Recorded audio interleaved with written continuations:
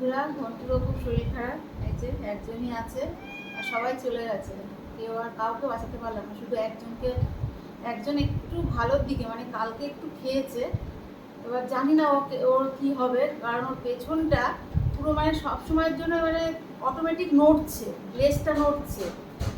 এবার জানি না ওর কি হবে, তবুও কালকে একটু খাওয়া দাওয়া করেছিল। আর গুবলু চলে গেছে, বন্ধুর যে দাদা গুবলু, দুজনকে নিয়ে এসেছিলাম। গুবলু চলে গেছে কালকে ভোর রাতে। আর ঘন্টুও অসুস্থ, কিচ্ছু খাচ্ছে না, দুদিন ধরে কিছু খাচ্ছে না। এবার ইঞ্জেকশন চলছে, অ্যান্টিবায়োটিক চলছে।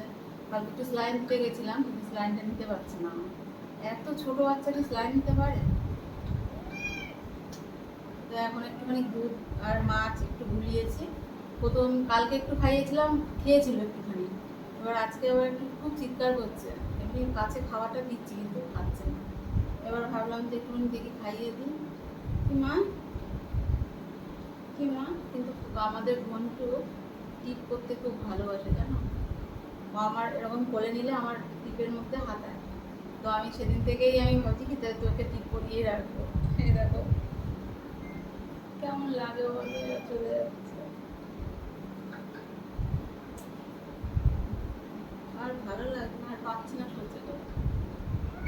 নটা নটা বাচ্চা চলে গেল এইভাবে।